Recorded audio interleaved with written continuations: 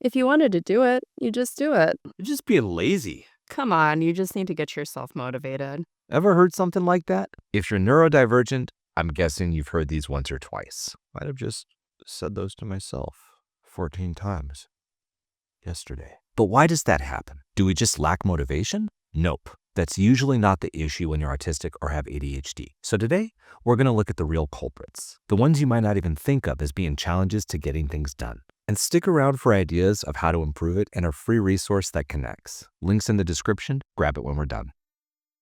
Getting started is hard, really hard.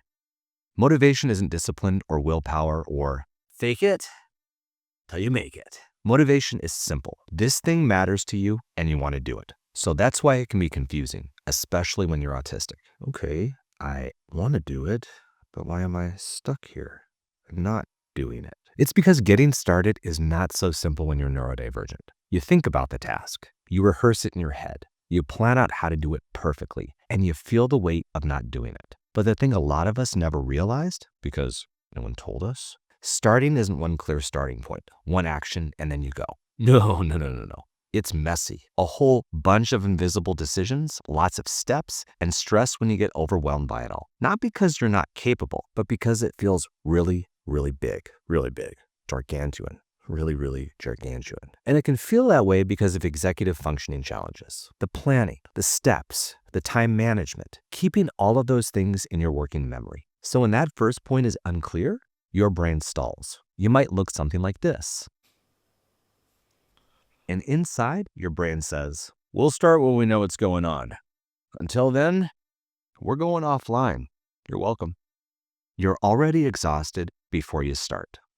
Even when you haven't done the task yet, your brain is already working. You're mentally running scenarios, trying to predict problems, mentally dodging communication landmines. All that mental work costs energy. So by the time you've planned the steps and you're ready to begin, you're already tired and ready for a nap for the next 3 weeks. That's not you overreacting. That's you mentally running scripts that a lot of other people can just do. And it happens because you're neurodivergent. Probably have encountered issues by just starting, not asking enough questions, asking too many questions, and being told you're difficult. My personal favorite. These are all common issues connected to the double empathy issue. Basically, when autistic and allistic people communicate, there's a lot of communication challenges, and those mostly get blamed on the autistic person. We've got a different video on that. I'll link it below. Highly recommend it. Not biased or anything. But the point is, all these mental barriers slow you down. It's not a simple, just send the email. It's should I tone this part down? I feel like it's too blunt. I wonder if it sounds rude. Well, it all depends on how they're feeling when they get the email. What? I mean, if you send it right before lunch and they're hungry, might irritate them. But if you send it after lunch and they're doing something else, might also irritate them. Wait, so in all of these, they're irritated? Yeah, they'll never tell you, but you have to know.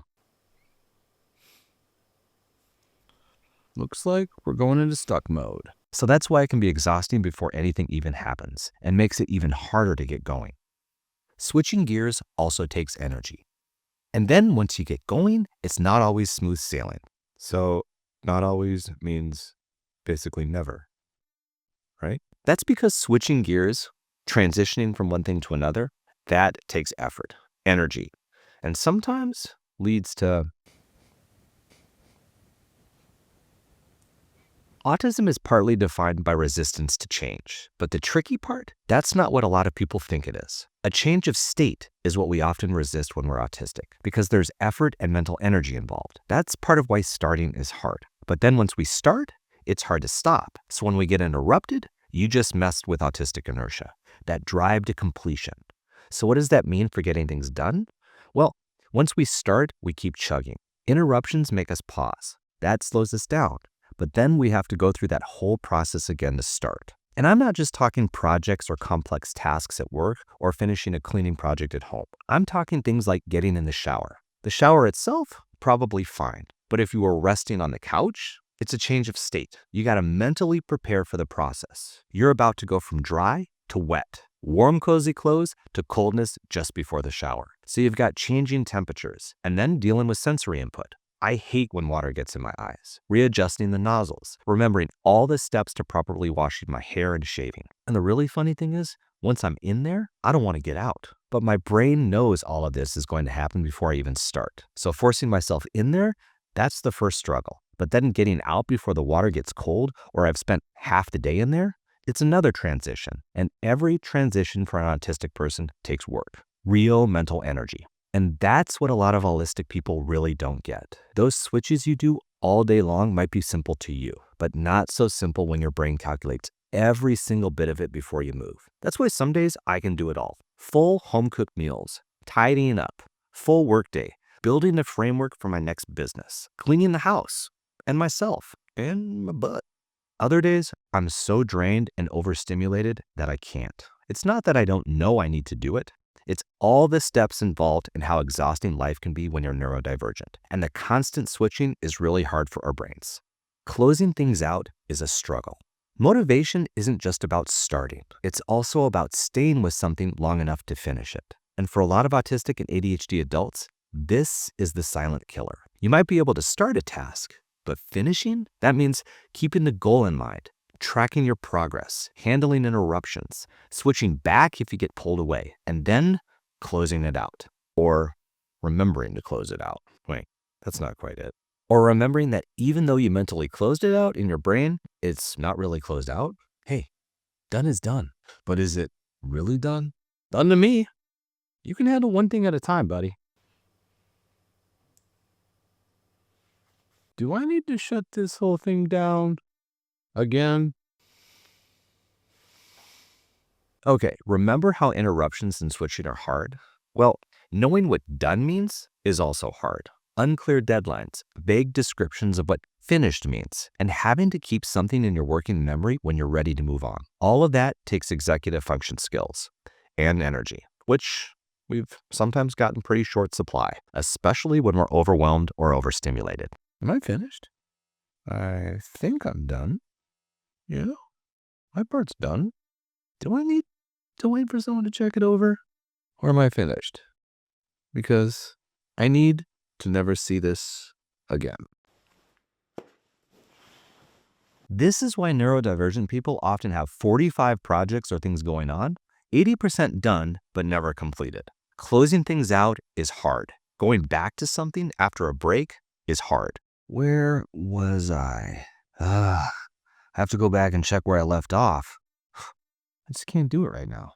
Where was I again? On that one thing I started 40 years ago. But this isn't your fault. Your brain is designed to go deep. And if you're autistic, monotropic focus is really common. Go in on one thing at a time. Really hone in. Get it done. Because if I don't, it takes up brain space and your brain is already constantly overloaded. So when your brain taps out, it's not because you don't care. It's because maintaining that focus takes energy and effort. We can do it, but not when 3,000 other things are thrown our way too. Keep it simple, people. The real reason your brain hesitates. Let's call it what it is. What's been building this whole time?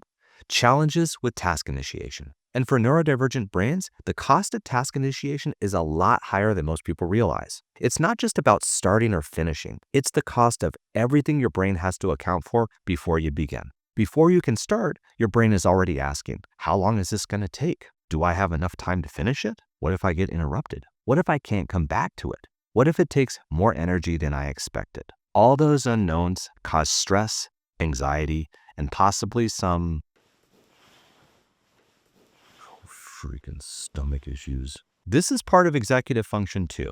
So it's all the challenges we've talked about here and in other videos. And don't forget, for autistic brains, uncertainty is stressful. Same for a lot of ADHDers. Not in a, I feel a little uncomfortable way. No, it's more, I feel dizzy. Why does my chest feel like it's choking my heart? Oh, I can't even lift up my head. I feel horrible. I feel unstable. I'm gonna hide. There's hesitation because it's all risky to your nervous system. Starting something you might not be able to finish? Risky. Not starting at all? Very risky. Hesitating to make the perfect decision because you're a black and white thinker and anything else will be a failure? The ultimate in risky business. So when your brain hesitates, it's not just avoiding, it's calculating risk. Because autistic nervous systems are constantly ramped up, constantly dysregulated, because our systems constantly feel under threat from the world, from people, and from unpredictability. So the next time your brain has a hard time getting started, remember that it's trying to protect you. Well, actually, how about letting me have a day with no neck tension? Best I can do is hit the alarm bell 127 times a day. What to try next? So if this sounds familiar, the good news is there are ways to help. I'll share a few here. But if you want more guidance, grab our free resource, Why Small Tasks Break Your Brain Self-Assessment. Links in the description. First, work to reframe how you approach tasks. The question isn't, why can't I make myself do this? Or, how do I force myself to just get through it? Neither of those account for your unique brain. The real question, why is starting this hard for me right now? Then you can look at context and conditions. What's creating a barrier for you to start? How can you remove more of those? Maybe it's breaking the task down and writing all the steps, and then just doing one of them. Sometimes that little bit of momentum is enough to go. Are there steps you can cut out? Maybe you've always done things a specific way, but do you need all of those steps? I found I can do a lot of things better once I ask for help or do some research. The point is, I wouldn't have thought of that if I didn't realize there were things stopping me that didn't need to be there. So start with thinking of what the thing is that you need to do, what's involved, and why is starting hard. Understanding that first step is a step to understanding your brain just a bit better. And I admit, this process isn't at all easy, but it is something you deserve. So what hit for you? What's something that's hard for you to start or finish? Drop your ideas and questions in the comments so we can all keep learning together. Grab our free resource to help you get started. And to keep learning about your unique brain, watch this video next. What are you doing? Smells good. So lazy.